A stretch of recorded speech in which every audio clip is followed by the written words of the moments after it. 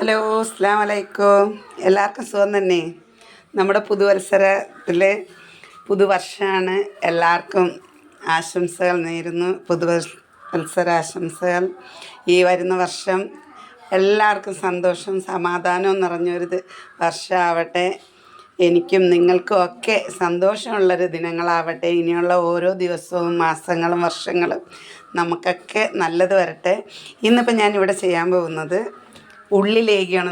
ഞാനിതാ 1 കിലോ ഈത്തപ്പഴവും അതിൻ്റെ കൂടെ തന്നെ 1 കിലോ ഉള്ളിയും കൂടി ഇട്ട് 1 കിലോ ഉള്ളി, 1 കിലോ ഈത്തപ്പഴം, 250 ഗ്രാം വെളുത്തുള്ളി, ഇത്രയും കൂടി ഇതാ കുക്കറിൽ വേവിച്ച് വെച്ചിട്ടുണ്ട്. അത് നമ്മളിതാ ഇവിടെ നമ്മുടെ ഉരുളിയിലേക്ക് തട്ടി. കാരണം അത് ഉള്ളിയൊക്കെ നല്ല വെന്തതാണ്. അതുകൊണ്ട് നമുക്ക് മിക്സിയിൽ അടിക്കണമെന്ന് നിർബന്ധമില്ല. അടിച്ചാൽ കുറച്ചുകൂടി നല്ലതാണ്. ഇപ്പോൾ ഇവിടെ എടുത്ത് വെച്ചിരിക്കുന്ന 2 തേങ്ങയുടെ പാല്, ഒരു 4 സ്പൂണ് മഞ്ഞൾപ്പൊടി വേണം, അണ്ടിപ്പരിപ്പ്, ബദാം പരിപ്പ്, കരിപ്പട്ടി ചക്കര. പിന്നെ ഇപ്പോൾ നമുക്കിവിടെ പ്രധാനമായിട്ട് വേണ്ടത് കൂവപ്പൊടി. അത് നിർബന്ധമല്ല, എന്നാൽ ഇട്ടാൽ കുറച്ചുകൂടെ ഒരു ഉറപ്പ് കിട്ടും. അതായത് ലേഹ്യത്തിന് കുറച്ചൊരു കട്ടി കിട്ടും. അതിന് വേണ്ടിയിട്ടാണ് നമ്മൾ ഈ ലേഹ്യം എന്തിനാണെന്നും കൂടെ പറഞ്ഞുതരാം. പ്രസവിച്ചവർക്ക് ആണ് ഇത് മെയിനായിട്ട് കൊടുക്കുന്നത്. ഉള്ളിലേക്കും ബ്ലഡിൻ്റെ അളവ് കൂട്ടും. പ്രസവിച്ച് കിടക്കുന്നവർക്ക് ഏറ്റവും നല്ലൊരു മരുന്നാണിത്. പിന്നെ പ്രായമാകുന്ന കുട്ടികൾക്ക്, വയസ്സറിയിക്കുന്ന കുട്ടികൾക്കും ഇത് കൊടുത്താൽ അവരുടെ ശരീരം നല്ല രക്തം ഉണ്ടായ നല്ലൊരു തെളിച്ചമുണ്ടാവും കുട്ടികൾക്ക്.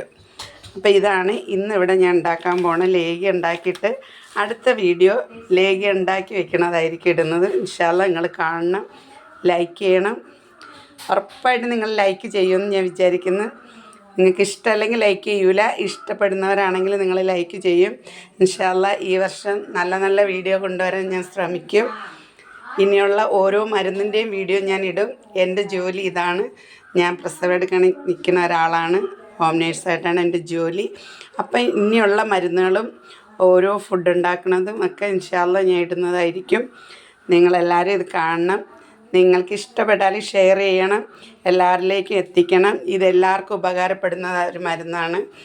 മരുന്ന് ലേഹ്യമാണ്. നമ്മൾ വാങ്ങുമ്പോൾ അതിൽ കേടാവാതിരിക്കാനുള്ള കെമിക്കൽ ചേർത്തിട്ടാണ് ഉണ്ടാക്കുന്നത്. പക്ഷെ നമ്മൾ ഒരു കെമിക്കലും ചേർക്കണില്ല. ഇതിലാകെ ചേർക്കുന്ന സാധനം ഇതാണ്. പിന്നെ വേണമെന്നുണ്ടെങ്കിൽ മാത്രം നെയ്യ് ചേർത്താൽ മതി. നെയ്യും എണ്ണയും വേണ്ടാത്തവർക്ക് അത് ചേർക്കേണ്ട ആവശ്യമില്ല.